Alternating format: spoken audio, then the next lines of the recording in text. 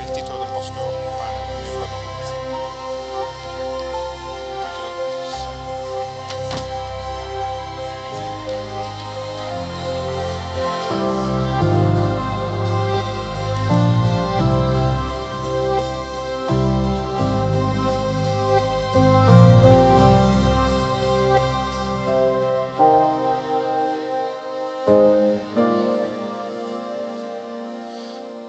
Good morning. Welcome to this third day of our symposium. I hope that all of you yesterday enjoyed the dinner. Now, the first talk of this morning will be chaired by Alessia Fassone and Federica Facchetti, and is focusing on new audiences and new languages, the cultural and social impact of the encounter between museums and foreign communities in the territory. I will leave the floor to our curators and chairmen. Thank you very much. Good morning, everyone. I am Alessia Fassone. I am a curator in the Museum Egizio and in charge of the outreach projects and educational program as well, like my colleague Federica Facchetti. And so we are like a joint venture working together. And we are very happy today to have that audience with us and our guests here, because when our director proposed us to have this symposium, we accepted it with enthusiasm, exactly for showing everyone what not only we as a Museo Egizio are doing, but also our partners in projecting and designing new programs for the audience which is outside the museum, not only for the foreign audiences on the territory, but with all the public that are the new public we are dealing with.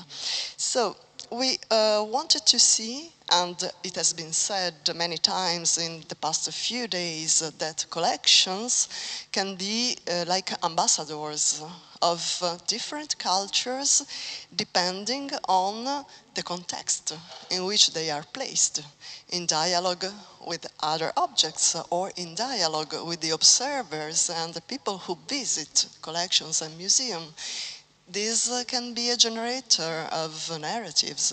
So we decided to have people coming from Europe, and we have our beautiful ladies you see here.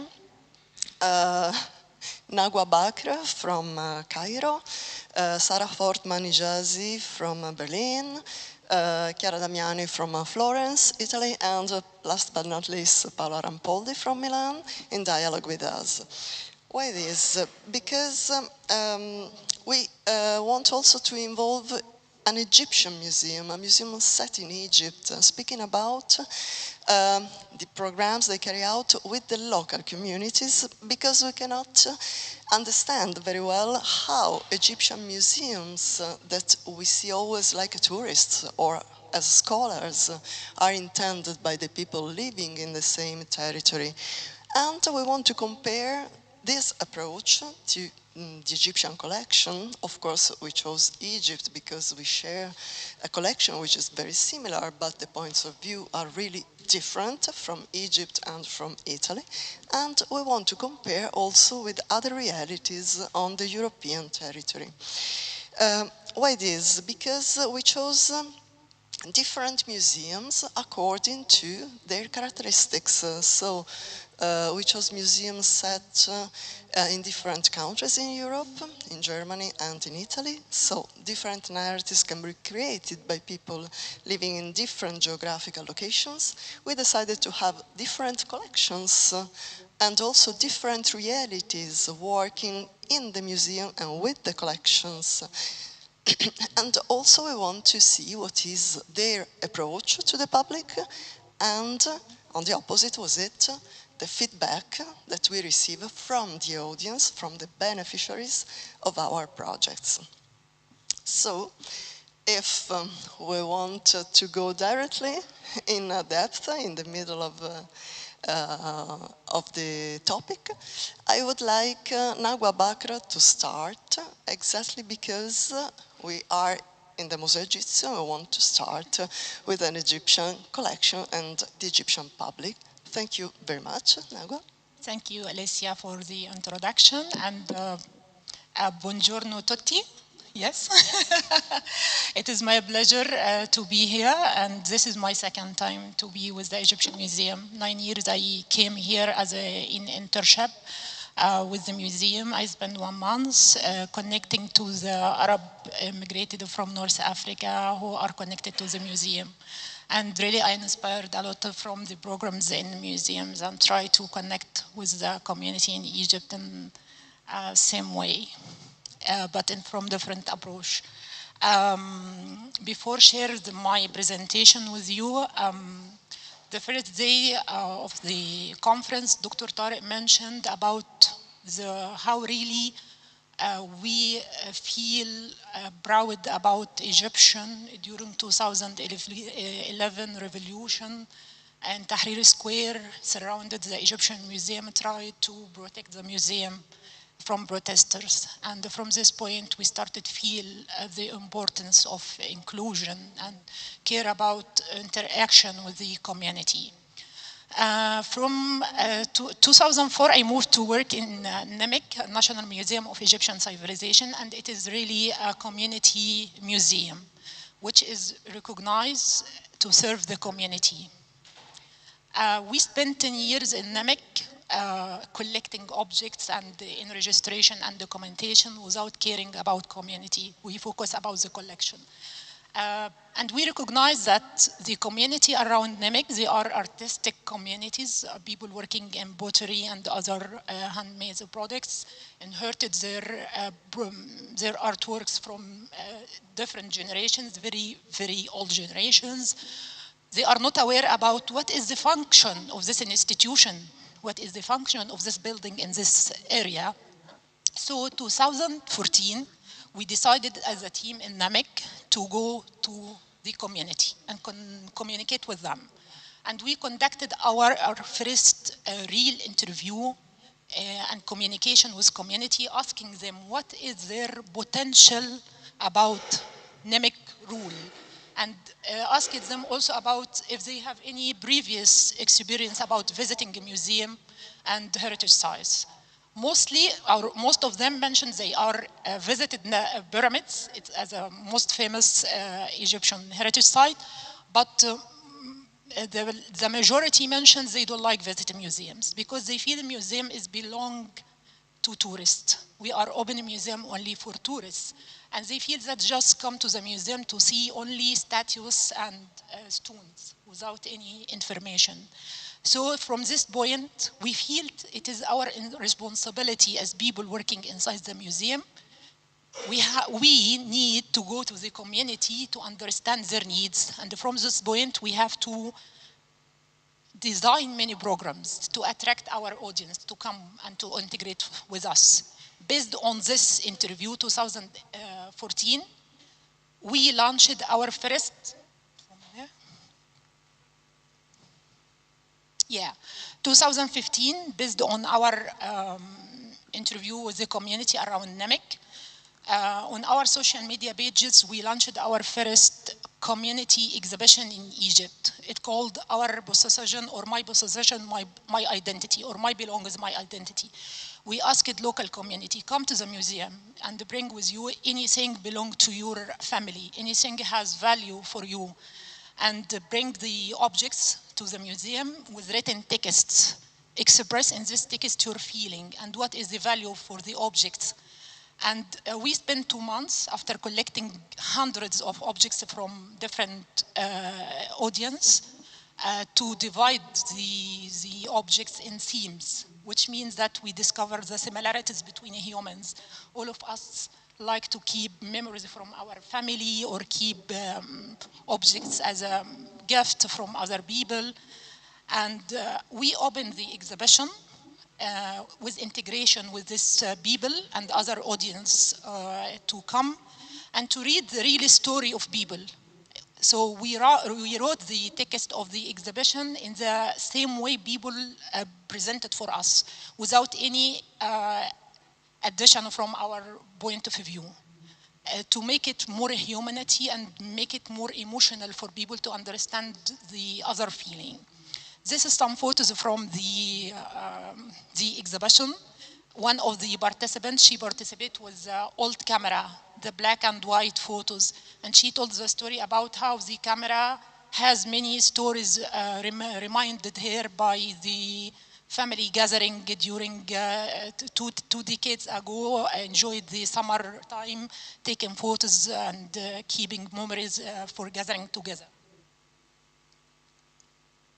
And before complete the slides, 2015 also we are lucky generations because first program about museology and heritage studies was opened in Helwan University.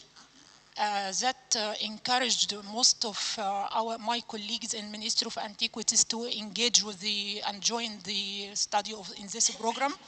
That changed a lot in our point of view about role of a museum in community. It is not only a building for tourists or keeping collection. Any institution, any cultural institution should act and present something for the local community. And we have many approaches, started from 2015 till nowadays. We have many approaches to reach with the community. One of the approaches is about art and heritage integration. It is an annual heritage artists forum.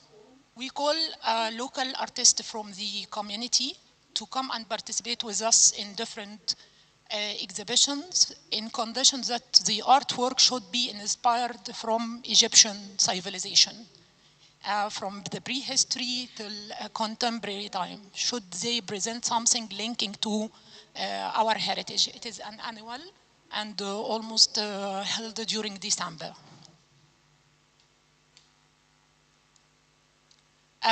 Women empowerment through cultural program and exhibition. Every year we have a theme for a year launched by the government. So 2017, it was the year of women. And from this point, we started to design many programs for women inclusion that tracking the issue of Egyptian women in community and their needs, how they express their heritage, how to integrate women in heritage interpretation, and how to represent women heritage in museums. One of the most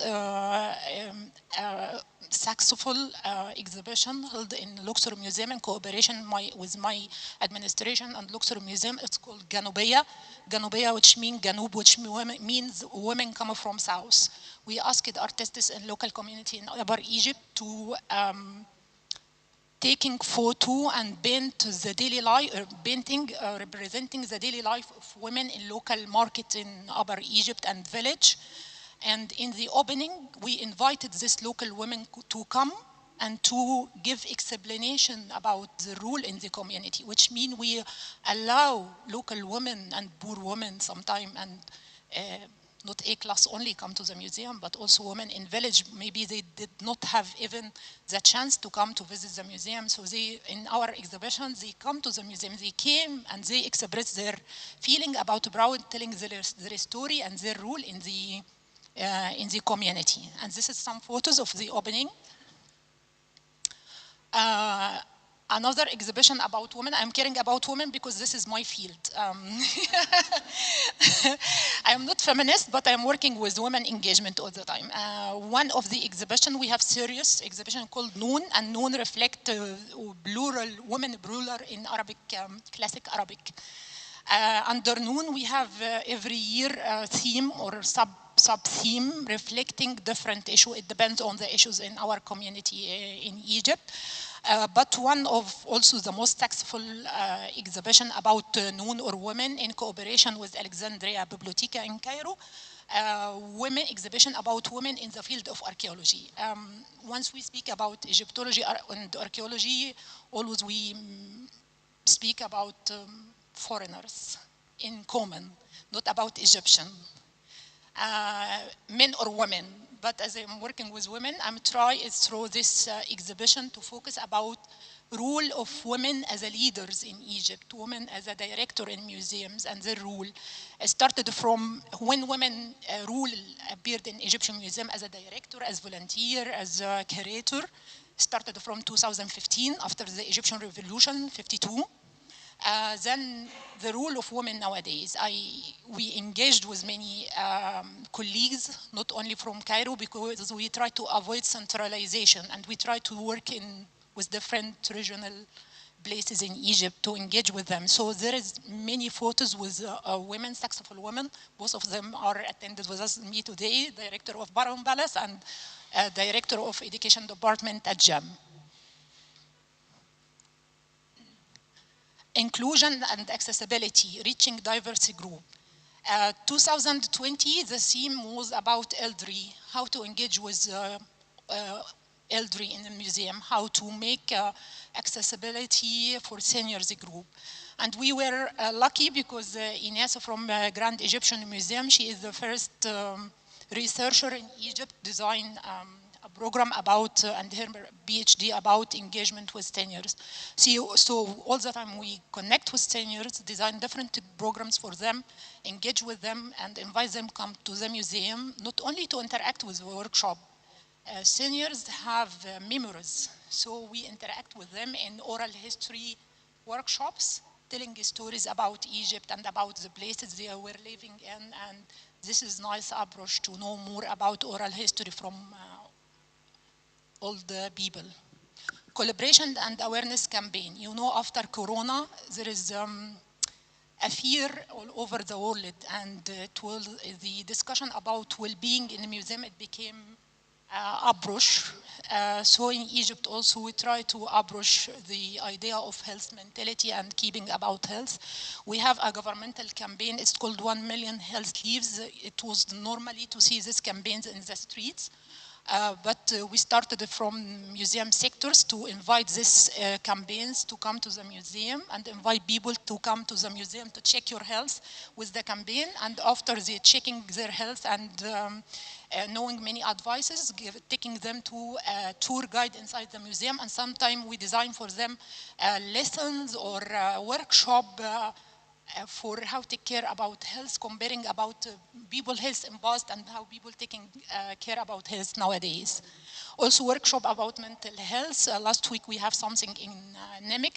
We invited psychologists and life coach come to the museum and interact with the team, because you know the stress and the work stress and the environment of work, sometimes we need to have some relaxed, so we interact with a specialist to introduce something like this.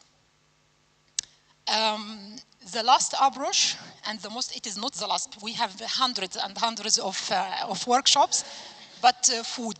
Food is the best approach to interact with people all over the world, not only in, if you need to interact with people to come to the museum, you have to start from food. And we have many of workshops about food, started from Baron Palace with Basma. In the International Day for Sustainability, Culinary Sustainability, or the Sustainability of Traditional Food, we launched our first initiative. We invited people come to the museum, and we conducted a nice workshop speaking about food heritage in Egypt, and mainly spotlight about food in Upper Egypt, comparing how people ate in the past and how people eat nowadays. Now in NEMIC we have a great initiative. It's called Tablayat Masr, which means Tablaya. It is something circle like this. Use it as a table for food in village and in Upper Egypt. Mainly people, family used to gather around this table and eat, telling a story about food and recipes. So we took the term from our tradition, and it's called now Tablayat Masr. In NEMIC, we cooperate with many NGOs and many individual initiatives in village. And every month we have an interaction workshop open for public. We have a nice corridor before the main hall of the exhibition. So all our workshops for the community inclusion already set up on this corridor, which means anyone should go to visit the exhibition will pass by the workshop, and all our workshops in the museum totally free admission for the visitors. Thank you, Nagwa. We know that you have a lot of things to say, and maybe in next round we will go further, but at that time, so thank you. We can also give the floor to Sara Fortmann-Hijazi, whose project is very inspiring also for the Museo Jitsu. Thank you. Yes, thank you for the invitation. And yeah, it's very nice to be with all of you here on the panel discussion. Before I'm going to start to give you a short introduction into the project, Multaka, I will just briefly say a few words. So I'm Sarah Fortmann-Hijazi. I didn't study Egyptology, rather than archaeology, so I studied literature and history, and I think that's also quite, maybe specific for our institution or our team, that there, especially in the educational department, are several colleagues who have various different backgrounds, which is great because then you can see that there are several different point of views that come together to build up such a project or other projects. I'm based in Berlin, and our project is called Multaka, which is Arabic, and it means meeting point. And I'm co-leading this project with my colleagues Sandy Al-Bahri and Pune Yekta, who are also here. And the project started in 2015. It was an initiative of the Museum for Islamic Art, and it started during the so-called, quote-unquote, long summer of migration. And the idea that time was to initiate a project that gives newcomers, at that time from Syria and Iraq, the opportunity to do guided tours in different museums. So the Museum for Islamic Art started this project in cooperation with 3 other museums. The Museum of the Ancient Near East, the Bode Museum that hosts the sculpture collection and Byzantium art, and the German Historical Museum. All of them are in close vicinity, and the aim was also to cover different historical and cultural spheres, to have a broader approach, and to give the guides the opportunity to cover different historical epochs. So how did we start? First of all, we gathered newcomers that just arrived in Berlin or were interested in this project, and they received like a 3-stage training. So they were, at first of all, they were invited to the different collections to get to know the exhibits, the objects, all the different approaches of the museums. And then secondly, there were this process of decision making. So we had that time, I think, about 19 guides at the beginning.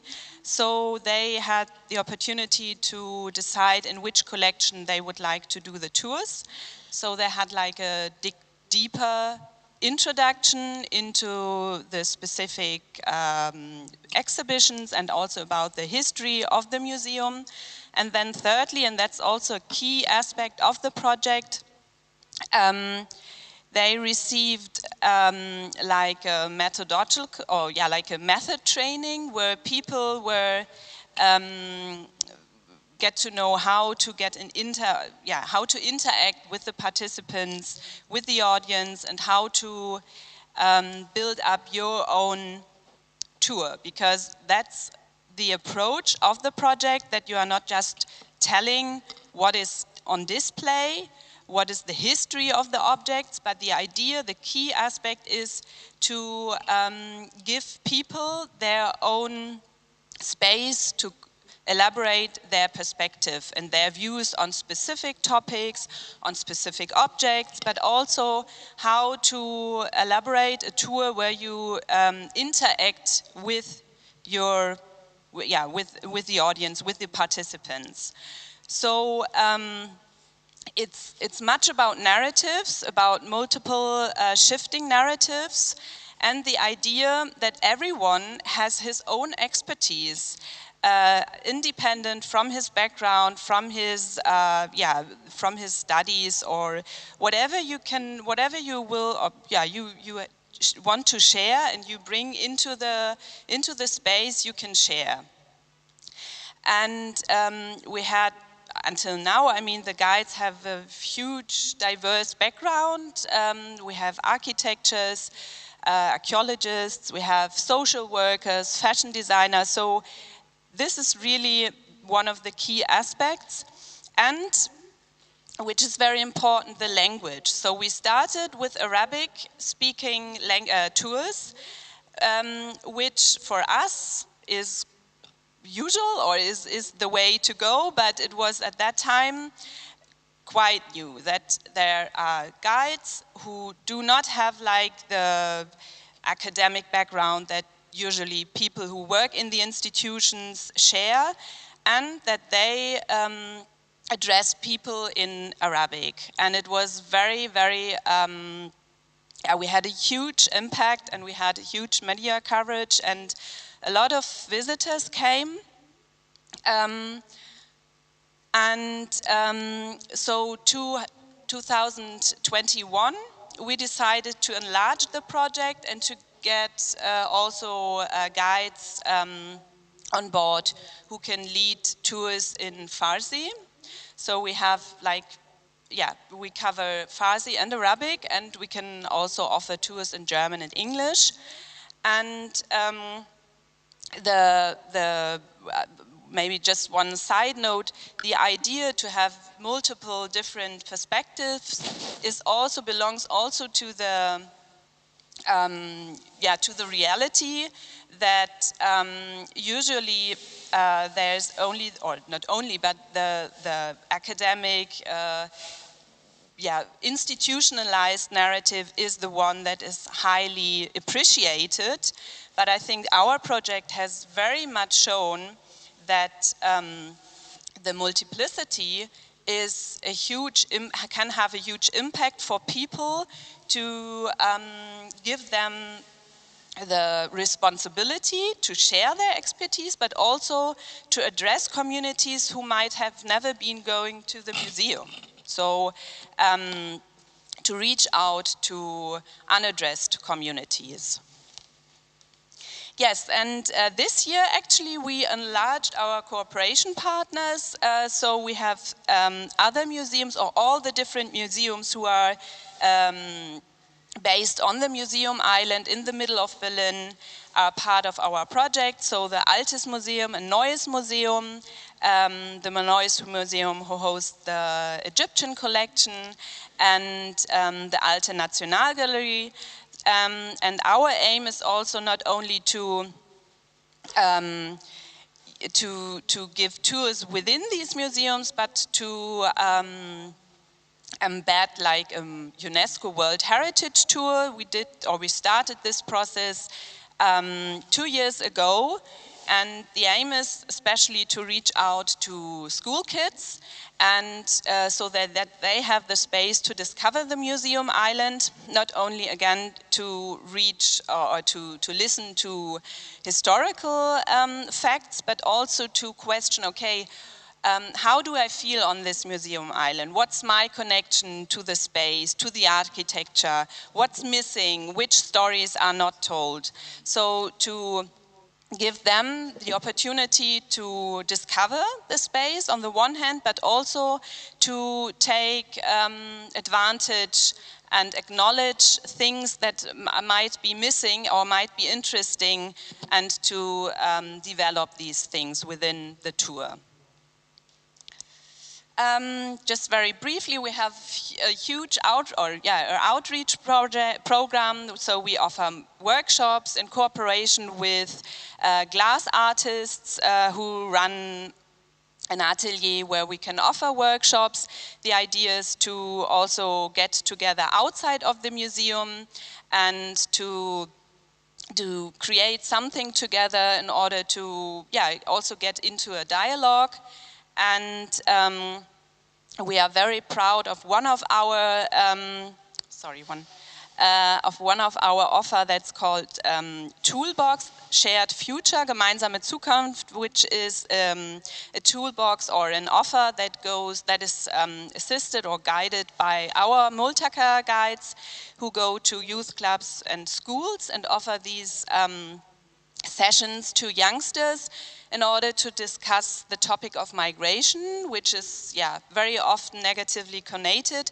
But in this case, we want to empower them and want to give them again the space to discuss what's your background, what's your experience with migration, on the very basic level. So where does the pepper come from? So things that are that we are used to eat, to drink, to be surrounded with have an impact on us, but have also like a story of migration.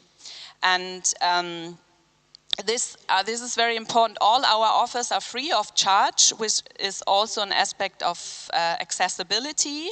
And right at the beginning of the project, it was clear that all the guides who are volunteering get a compensation for their tours, equally to the one who usually work at the state museums in Berlin.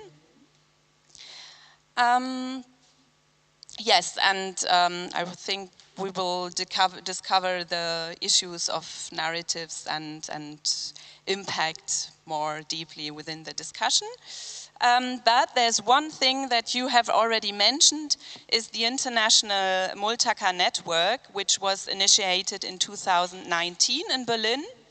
And so like the pilot project in Berlin invited interested colleagues from all over Europe to Berlin to get to know the project, to take part in tours, and to initiate this network, to share the approach on the one hand, but also to share knowledge and to discover what are the different approaches and what are also the challenges. And I think this is especially right now very important, because of the political situation in Europe, but also all over the world. How do we can make sure within our position, within our things that we might change, or we might at least mention or raise, that we are to develop and establish democratic values, and to make sure that we still try to connect and build on our connections. So if you are interested, you can reach out to us whenever you want, and please feel free to follow us on Instagram or check out our website. And I will, I think, hand over to... Yes, thank you very much, Sara, for your presentation. And now we can come back in Italy. And I'm very happy to introduce you, Chiara Damiani from Florence. Thank you. Thank you for inviting me, for inviting us to this symposium. I want to thank Alessia, Fassone, Federica, Facchetti, and the director for this opportunity to stay with you and to share ideas and reflection. But in particular, I want to be I'm very grateful to Multaka Berlin and the Museo Egizio, because they legitimate the practice related to newcomers or refugees or people not European to come into the museums and to have a voice in the museums. I'm from Florence. I'm coordinating the project AMIR. AMIR is an acronym for, in Italian, is accoglienza, welcoming, museums, inclusion, and relationships. But we are at this point, after 6 years, we are deciding with our group of mediators, we are a collective at this point, to change few words in our acronym that not correspond anymore to our feeling and our posture. Is of course, probably you can it sounds a little bit paternalistic, accoglienza, welcoming, because our mediators said, okay, we don't need any welcome or we don't need to be included probably in our system. What we need is probably to interact. So probably the word will be interaction, because we need to stay in the museums, because museums represent the possibility to discuss and construct the identity, our identity as a process, not as result, not as product coming from the past, but as a process. And the idea that museum and the cultural heritage in general can represent a way to construct the future identity of people, and in terms of osmotic identity, not close, not based on the national identity or national past, but something that everybody can collect and can narrate in their voice, with their language, with their values. So I will maybe start with, I have the control now. Just very fast, I'm here with Silvia Borzotti. She's a colleague, she's director of Museum of Fiesole, and she participated to the first stage of the designing AMIR, because we share together, it was in 2018, the needs of museum to be relevant. Yesterday we talked about the risk of to becoming irrelevant as museum. And at that time, and probably the director remember well, the propaganda, the far-right propaganda was very strong, related to the invasion. The borders were at risk. We had the people coming, we thought at the time the most people were Muslim, arriving to change our Christian roots and so on. And we would like to change the narrative, propose a counter-narratives, proposing something that can start from the cultural heritage, and at the same time from margin to the museums, because we didn't know at the time, but now we have this very clear, that people coming from margin, in any case, not from the center, not from the core powerful center, can have a diverse language and a diverse perspective, can introduce in the museum new point of view and a new way to look at the artifacts and the history and so on. So we try to introduce different narratives and players, not just the academic, as Sarah said, not just scholars, not just people that are educated to have voice and to speak inside the museum, but people that otherwise cannot have any possibility, not just to access, because it's not a problem just of accessing to the museum. There are, of course, barriers of economical type, economical barrier, social barrier, but even when you can enter in a museum, if you don't have the tools and the possibility to be listened, probably the barrier remain and is much more invisible, and for that reason can be much more exclusive and marginalized. So yeah, this is a part of our Council of Europe treaty series, the Convenzione Faro, you know probably very well. And I think the aspect for us very important is the diversity of interpretation. So we try to give to people and to share with, co-design with different people the possibility of interpretation. So another point that for us has been quite important is the shift of paradigm from audience development. That is something that probably the cultural politics in Europe has been very important for decades, because we thought at the time that the cultural object, a collection, a museum, can be considered as product, as object that just need to be sold to a new audience, to reach new target. And using the marketing idea of reaching people. But we feel that it's not a question of marketing. It's probably something related to agency, so the possibility to act into the museums. So the project started in 2018.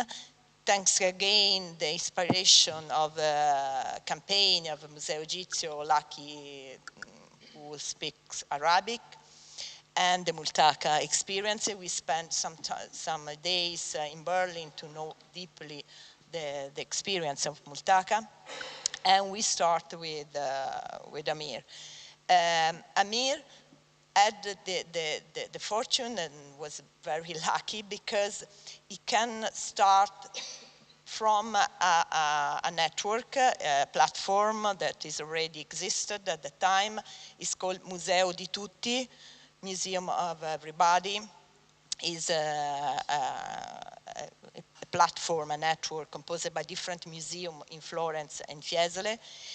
They were collaborating for years at that time, and they accept to participate to the project. I work for a small cooperative, a third sector institution.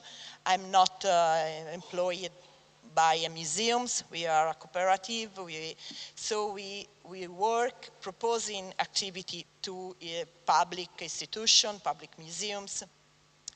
And we represent in some case the way that some museums have to enter in contact with their territories, the community, the local community, because we will do this sort of fluidification of the relationship between institutions, between museums, between even the staff of museums and community. As Nagwa said, it's really important to listen to the community, to go through the community, and to try to interact with them.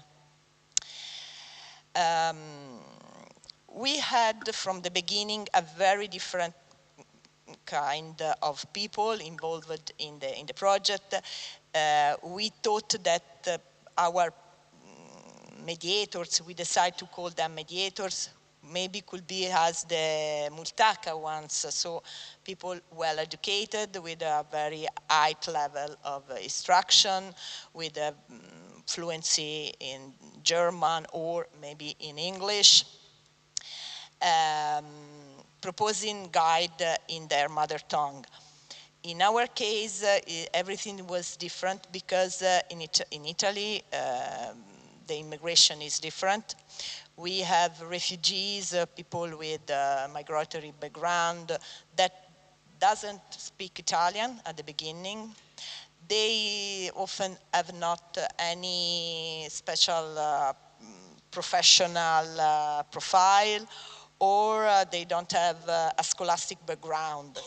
We had even people we didn't know write and read in any language, completely analphabet. So it was a very challenging, of course, because we start involving the institution, a volunteer association working with the refugees.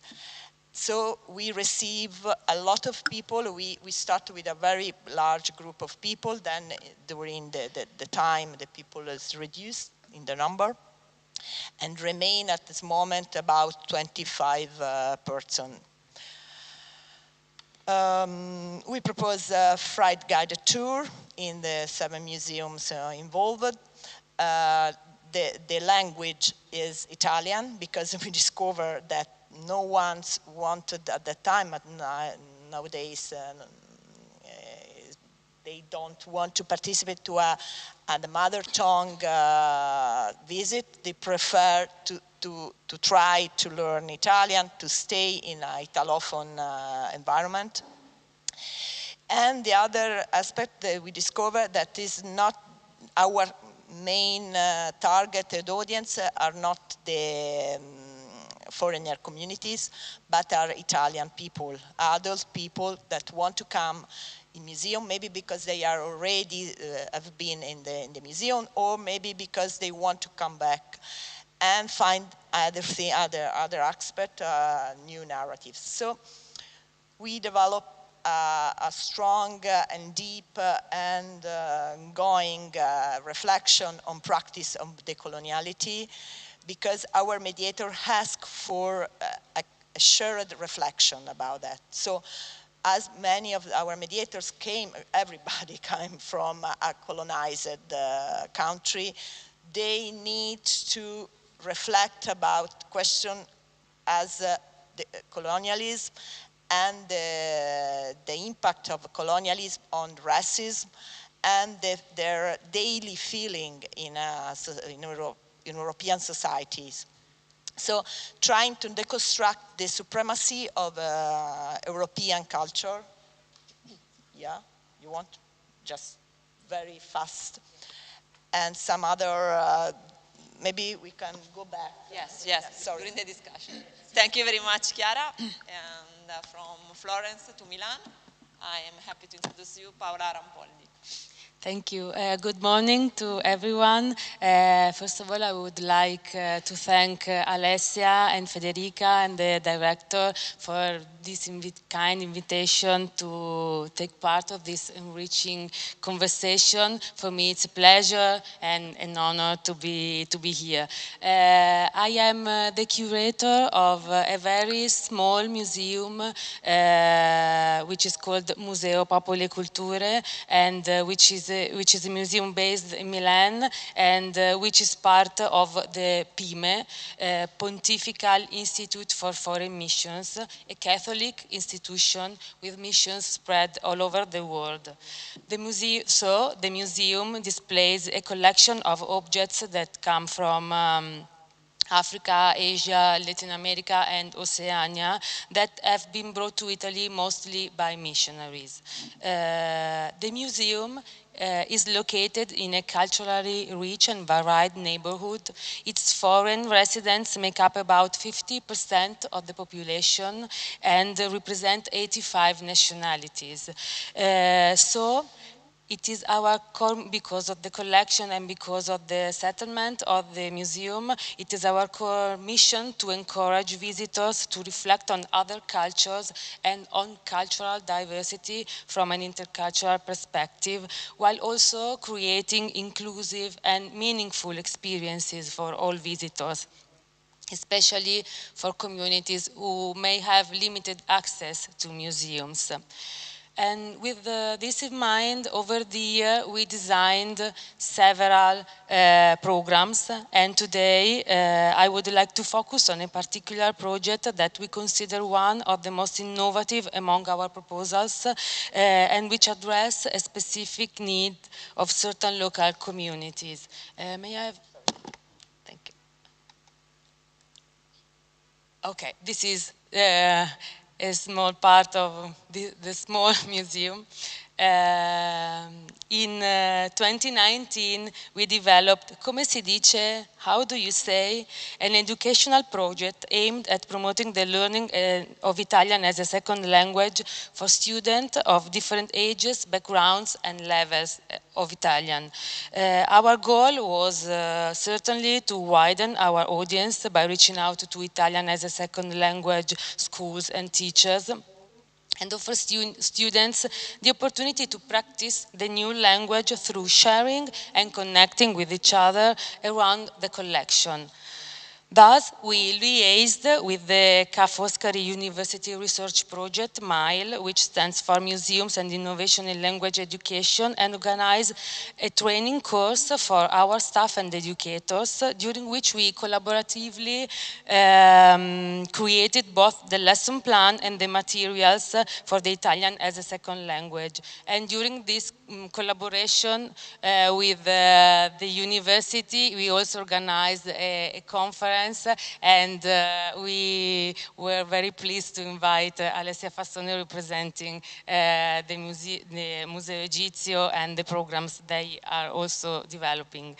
The program, the workshop is centered around the theme of celebrations, for which we selected 3 objects regarding 3 different collections from 3 different countries.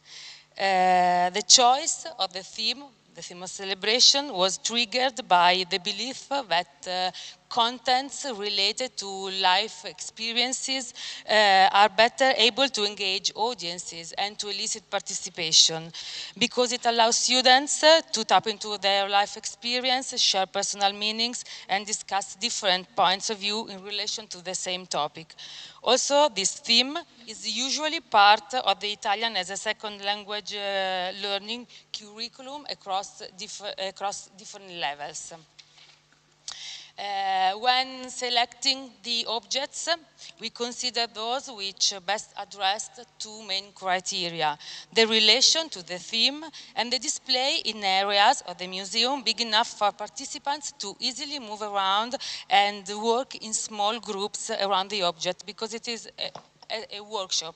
It is not a guided tour. So we chose to work on these 3 objects: a traditional wedding gown, which is called uchikake, the clue, which are Burmese drums, and a Chinese embroidered silk panel. Each task of the workshop was designed with specific content, language, and intercultural learning objectives. From a content perspective, the first stop of the route, centered on the uchikake, aims to introduce students to Japanese wedding tradition and to identify some of the elements that make up the traditional Japanese wedding gown. With the clue, we aim to deepen students' understanding of how some Burmese communities use these drums to celebrate the beginning of the rainy season and the significance of rice cultivation for their way of life. Finally, the first stop focuses on the Chinese embroidered silk panel. And we wanted to, aiming to explore Chinese birthday traditions and the cultural importance of aged people in Chinese society.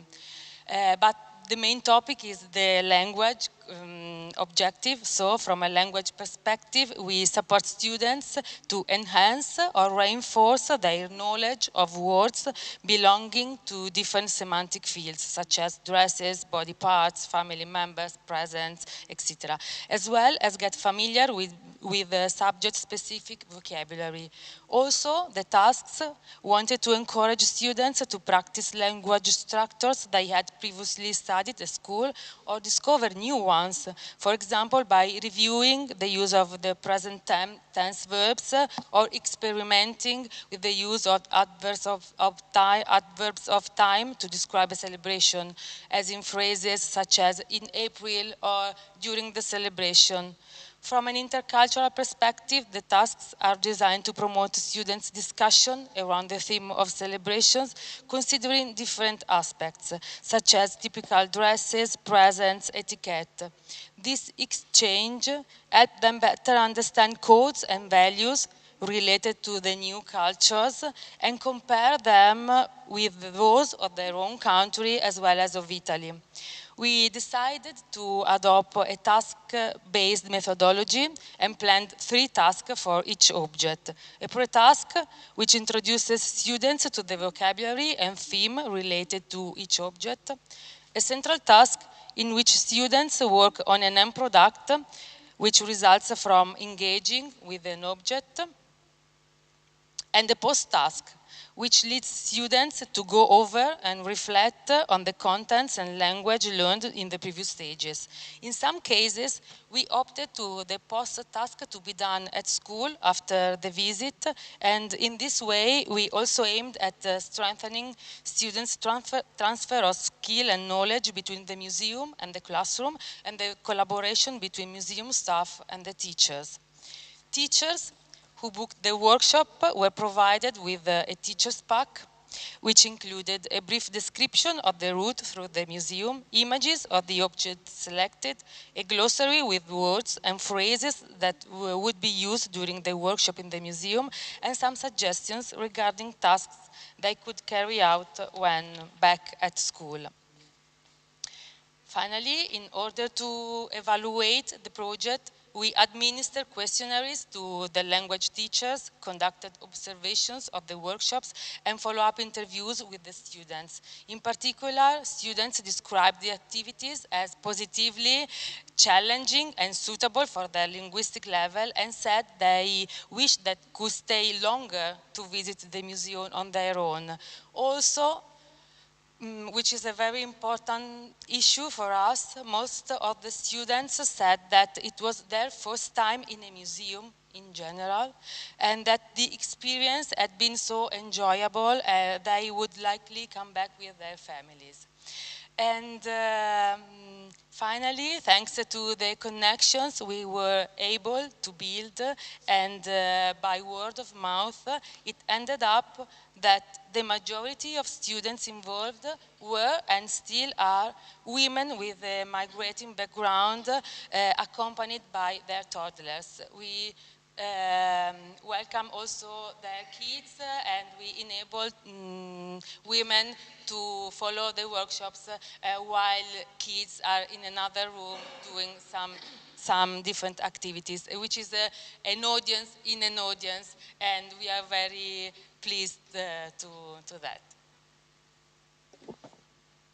Thank you very much, Paola. So we wanted to give the word and the floor first to our colleagues and to our guests, not only because of reason of hospitality and for the Turinese understatement, but it is exactly because they were also like an introduction to our projects, because we got a lot of inspiration by them. I ask kindly to have our presentation. But it is exactly because the Multaka project was so engaging and so interesting, and when our director proposed us to have something inspired to this project, we accepted immediately and with enthusiasm, because there was so much work to do in oh, thank you very much. Also in our museum. So we started at the very beginning with associations based on the territory, with Mondi in Città Onlus Association, and we led some guided tour to migrant women, mostly from Northern Africa and the Middle East. In this case, also Nagwa gave us a great support at the very beginning, because she acted as a mediator with the women. We went in their hubs, in their schools, to meet them, and they showed us the willing to be themselves involved in knowing more in-depth Egyptian civilization. So we decided to organize to them a short introduction course to ancient Egypt in general, through the topics of the daily life. And it was very successful. So 11 women took part to this class, and 3 out of the 11 nowadays are volunteers in our volunteer association. And yearly, they have a guided tour with other women being part of the same school, and which is very successful to us because it's like a tutoring process, and it is very important them to keep alive this beautiful project also nowadays. As you see, maybe you noticed that outside the museum we have a banner in which Museo Egizio as a name is translated only into Arabic in order exactly to show the connection our collection has with the Museo Egizio in Cairo and the Egyptian collection still set in Cairo and in Egypt. And we decided to have projects also with teenagers, again in cooperation with an association which is named Discolè, working in the CPIA, special schools for young adults and teenagers, mostly with migration background. And we decided starting with a beautiful project in 2018 named Tante voci al museo, many languages, many voices in the museum, because many languages are represented by teenagers, sometimes non-accompanied people coming here in Italy, and they attend this type of school to get their certificate of middle school. In museum, they have a project like the one Paola has in the Pyme, so they work about learning Italian here. They list a vocabulary, not only about Egyptology, but about what is a museum. And they lead a guided tour for their classmates, for their families, for the communities they live in. And again, they are people not accessing normally in the museums. So what is really relevant in this type of project is involving people who normally will not have the opportunity, not only from the economical point of view, but also from the cultural point of view, to access museums. And this way we can also lead tours in Italian, because they have to learn Italian here, but also in their native languages, in their mother tongues, which is impressive, because sometimes they broadcast on Facebook their guided tours all around the world, Indonesia, Peru, or Syria, Egypt, and other countries. And we decided also to involve, again, young people who are the so-called NEET, nor employed, nor in educational or training. So young people who are seeking for job. They are maybe studying at university, but they have to identify which type of work they want to carry out. And the museum becomes another place where taking inspiration for speaking about themselves. It's another way to approach museums. We have said also objects are ambassadors, are generators of narratives, and it is something very personal, and the director knows it very well, because we tend also to present ourselves as persons, not only as professionals working in museums, but we want to express something very intimate, because it's another way to approach. The emotional approach is something very important in visiting museums and in deciding entering the museum. And the project is carried out by our colleague Silvia Mazzoccoli, who was here some minutes ago, in cooperation with all the curators and all other colleagues, Shenali Boanj, who is here, Hassan Khorzom, who is involved in many other projects of the museum, in the collections and also outside the collection. All the narratives are available on our website. So I leave the floor to my colleague, Federica. Yes, in order to speak also the project outside the museum, in order to reach the people that cannot come in the museum. For example, since 2014, we have started a collaboration with Fondazione Forma. Fondazione Forma supports a Regina Margherita Children's Hospital in Turin, with various actions for the young patients. every month we organize a workshop in the hospital and also organize some guided tour in the museum for the patient and their family. Another project is Liberi di Imparare, Free to Learn, is a project started in 2018 in collaboration with the prison in Turin, Lo Russo Cotugno. And the project started thanks to a meeting between our director and the director of prison at the time, Dr. Domenico Minervini. Alessia and I, when we start to think about this project, we thought about a collaborating with project already exists in the prison. For example, the carpentry workshop, and also with teachers of Liceo Artistico Primo, is the high school of art that have a section in the prison. So sometime, 2-3 times for the year, Alessia and I, sometimes involving also other colleagues, we go to the prison in order to give a lesson about Egyptology or speaking about the activity that we do in the museum.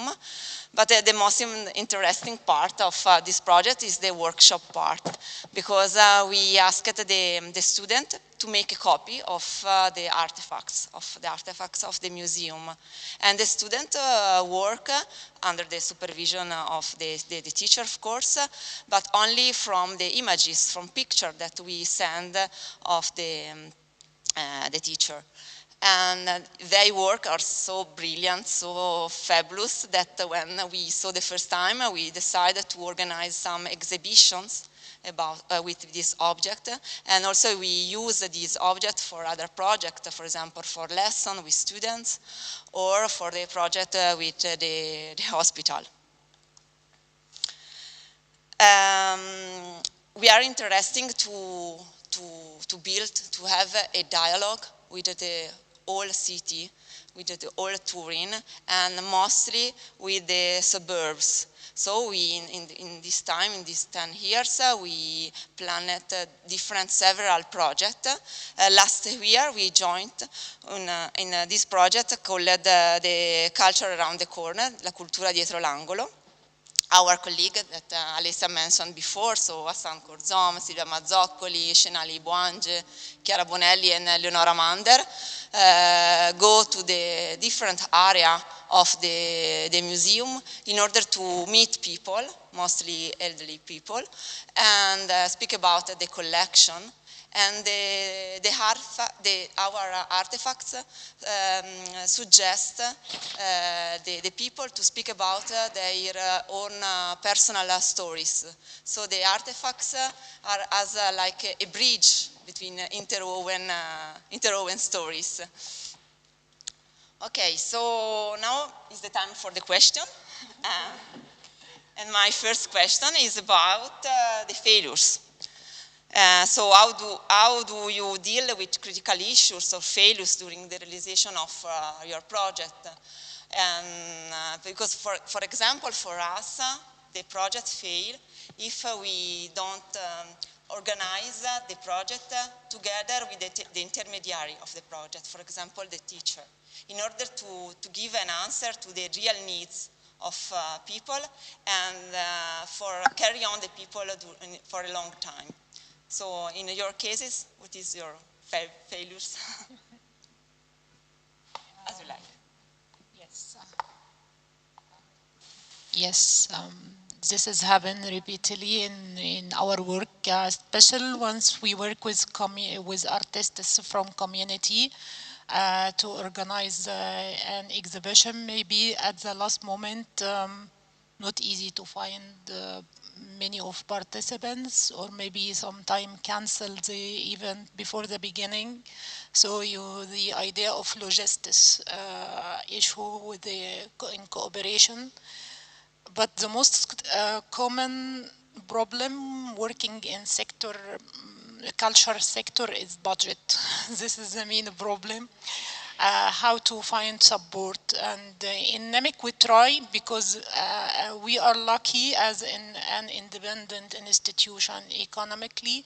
We try nowadays to cooperate with sponsors and other institutions to support our work, but not all the time not easy, but I think we are more lucky as a new museums comparing to the museums in say museum sector in Ministry of Antiquities, because we have a new law in our institutions. But I can recognize the problems with my colleagues in other museums in Egypt.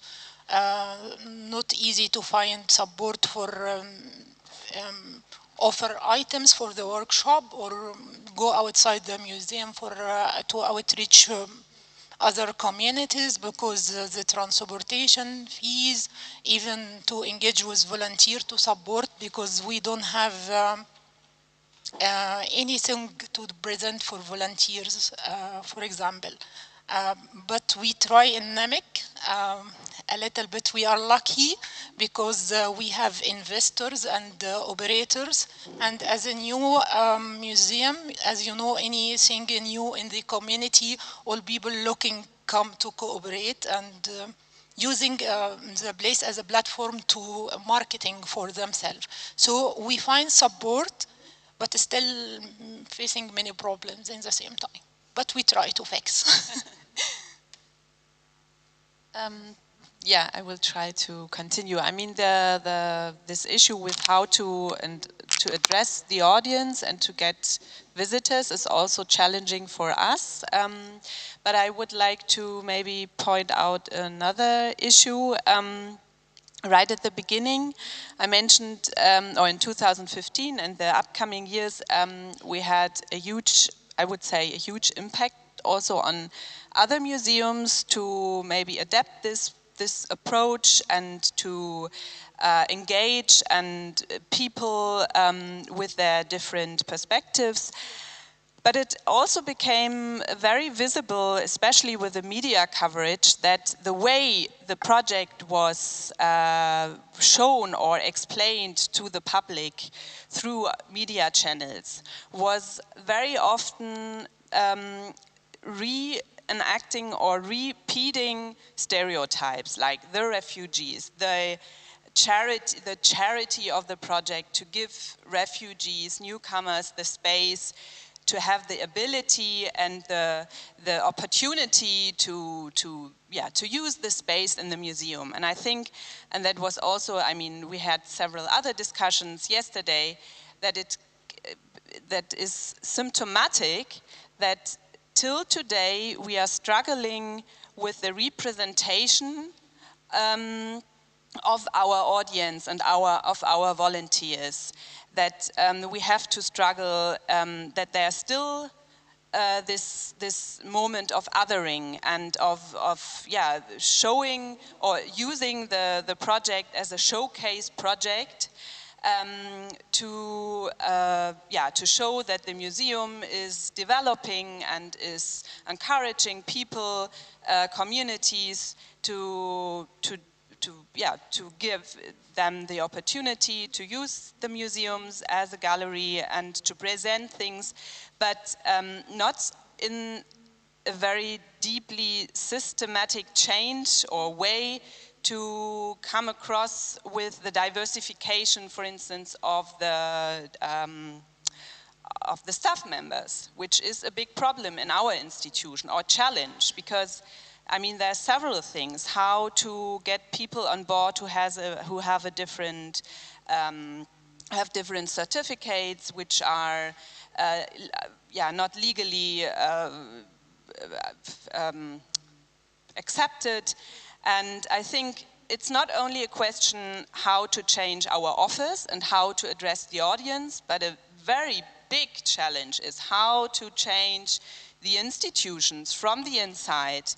And I think it's not possible that an institution itself can change, but it has to need consultancy, people from the outside who bring in the expertise, the knowledge, and who are, who who are accepted, or not only accepted, but who are taking up the space. And I think that, on the other side, means that people like me, as an academic German person, have to make space. And this is something all the others, most of you here maybe in the room, have to reflect on. Okay, if we want to make a change within the institution, it means that we need a different distribution and that we need expertise that is coming from the outside but not yet addressed. Yeah. Sorry. Please. I want to keep on your reflection because I completely agree with you, and I think that maybe we can talk about not failure, but not a success yet. And the aspect that Sarah highlighted was about the institution itself as an employee and staff and diversification of employees. The other aspect that for me is still fragile is the relationship between our narratives with the official narratives. So we are accepted, we are external to the museums, we are accepted inside the museums, we can say something because we are a little bit strange and freak and okay, you can say everything you want, but the curators and the labels and all the official aspect and communication activity of the museum is still remaining on their position. It doesn't change. So this is a very big challenge for me, for us, I think. Yes, in particular for the museum I work in, and in particular for this workshop for Italian as a second language learning, I think that we too suffer from the critical issue of reaching out audiences, and we try to overcome this issue by developing this teachers pack, which enable teachers to be much more engaged and to understand better what students will do in the museum and during the workshop.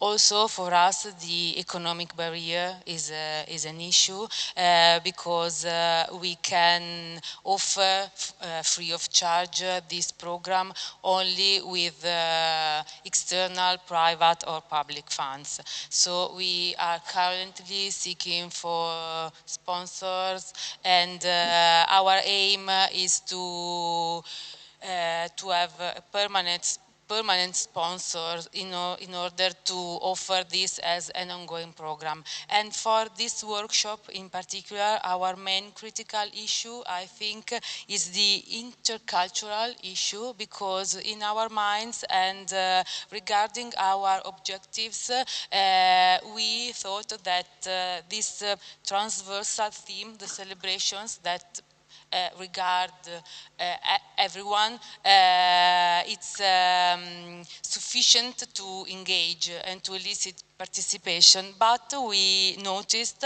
that that we need to share with teachers these objectives because when they are booking the workshop slot, some of them told us they would prefer that the workshop to be more focused on the object coming from students' native countries. So we have to explain our thoughts and our objectives. So this is for us our big issue to deal with. Thank you very much to you all for your replies. And sustainability of projects is a very huge matter and a big issue also for us because we want our project not to be only linked to the presence, physical presence of myself and Federica. We want to spread our knowledge, little knowledge we have about the subject. This subject is not exactly part of our background. It is because we were involved in education before coming to the Museo Egizio, so it's also a matter of sensibility, personal sensibility. This is why we want to involve as much as we can other colleagues from our staff in being part of projecting also some programs and in running the programs themselves, because we want to have many people involved in the same topic. Why this? Because anyone has different approaches, anyone has different professional or personal backgrounds, and everything is enriching our experience. And also because in this way, projects will be living also in the future. And another very important point is to have collaborations. Without collaborations, we go nowhere, because we must be enrooted in our realities. So collaboration on the territory with the institutions working in the city or in the region, it depends on